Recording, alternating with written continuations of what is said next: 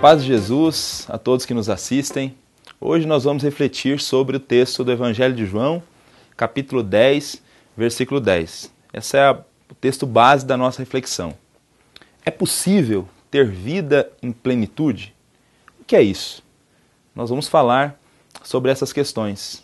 É disso que trata esse texto de João, que tem uma afirmação categórica de Jesus. O ladrão vem somente para roubar, matar e destruir. Eu vim para que tenham vida e a tenham em plenitude. Esse texto é fantástico e traz uma verdade confortadora para todas as pessoas. Para entendermos o que Jesus quis dizer, vamos começar perguntando quem é o ladrão desse texto segundo Jesus. Não se apresse em sua resposta. Não é o diabo. Leia todo o contexto do texto e você verá. Esse texto faz parte da conversa de Jesus com os fariseus do capítulo 9, diante da cura do cego de nascença. De acordo com o contexto, Jesus está chamando os fariseus de ladrões. Por isso, podemos identificar o ladrão desse texto com a falsa religião. Os fariseus, a maioria deles, viviam uma religião de fachada. No capítulo 9 de João, eles foram capazes de expulsar o jovem da sua sinagoga para não ter de abrir mão de suas tradições e não ter de reconhecer o poder de Jesus. Esse jovem era cego de nascença. E de acordo com o capítulo 9 de João, ele foi curado por Jesus. Segundo a crença da época, a pessoa que nascia cega de nascença estava debaixo de uma maldição divina e só Deus poderia revertê-la. Os líderes religiosos desse jovem, mesmo sabendo que ele era cego e que estava curado, não quiseram reconhecer o milagre, pois fazer isso seria reconhecer a divindade de Jesus e significaria reconhecer que eles estavam errados. Para piorar um pouco, o milagre aconteceu num sábado. Jesus cuspiu no chão, fez lodo e aplicou nos olhos daquele que fora cego. A tradição dos fariseus dizia que era pecado cuspir no chão no dia de sábado. Então, para eles, Jesus era mesmo um pecador. Como poderia Deus usar um pecador? O mais fácil era acreditar que o moço estava forjando o milagre e expulsá-lo de sua sinagoga.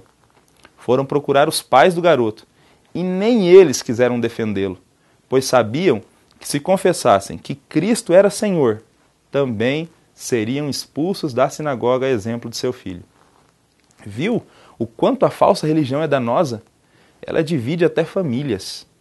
No final do capítulo 9, o jovem curado se encontra com Jesus e crê nele como Senhor. Jesus explica que, na verdade, os grandes cegos eram os fariseus. Estes sim precisavam entender muita coisa.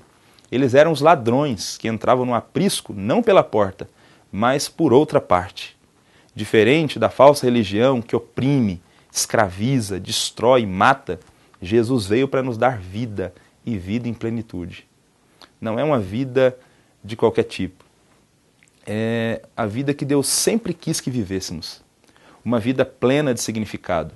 Não a vida que os fariseus propunham, é vida em plenitude. Esse conceito de João 10, de vida em plenitude, diz respeito à vida que Deus havia preparado para nós, antes do pecado entrar na história dos seres humanos e bagunçá-la. No início, os seres humanos desfrutavam de um relacionamento pleno com Deus, com os outros, com a criação. Esse relacionamento trazia felicidade plena ao homem. Com o pecado, essas dimensões da vida humana foram afetadas. Agora, os seres humanos não vivem tão bem assim com Deus, já nascem distantes dele. Não vivem bem com os outros seres humanos. Afinal, nós matamos uns aos outros, falamos mal uns dos outros, nos odiamos, temos inveja uns dos outros. Também não vivemos bem com a nossa relação com as coisas criadas. Uma hora porque as supervalorizamos e as idolatramos. Outra hora porque não conseguimos administrar bem o mundo criado por Deus e acabamos contribuindo para a sua destruição.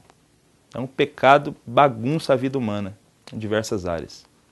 A vida que Jesus vem para trazer, então, é aquela que os seres humanos desfrutavam no Éden. Ele vem para que as coisas sejam novamente colocadas em seus lugares e os seres humanos tenham vida da melhor qualidade. Vida em comunhão com Deus, vida em comunhão com o próximo, vida em comunhão com as coisas criadas. Apesar de não podermos desfrutar de maneira total, essa vida já pode ser experimentada hoje em alguma medida por aqueles que elegeram Jesus como Senhor de suas vidas. Ele veio para nos dar essa vida e com a sua morte ganhou para nós o direito de começarmos a desfrutá-la em parte no presente e de forma plena no futuro. O que você está esperando então? Não faça como alguns judeus, que mesmo diante da fala de Jesus, ainda ficaram discutindo sobre a autoridade dele.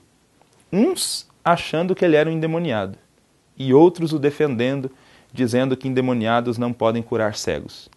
Contudo, nenhum dos grupos o recebeu como Senhor. Faça como aquele cego que foi curado. Creia nele e o adore. E comece hoje mesmo a desfrutar da vida em plenitude que ele veio nos trazer. Essa vida é possível em Cristo Jesus. Que Deus o abençoe.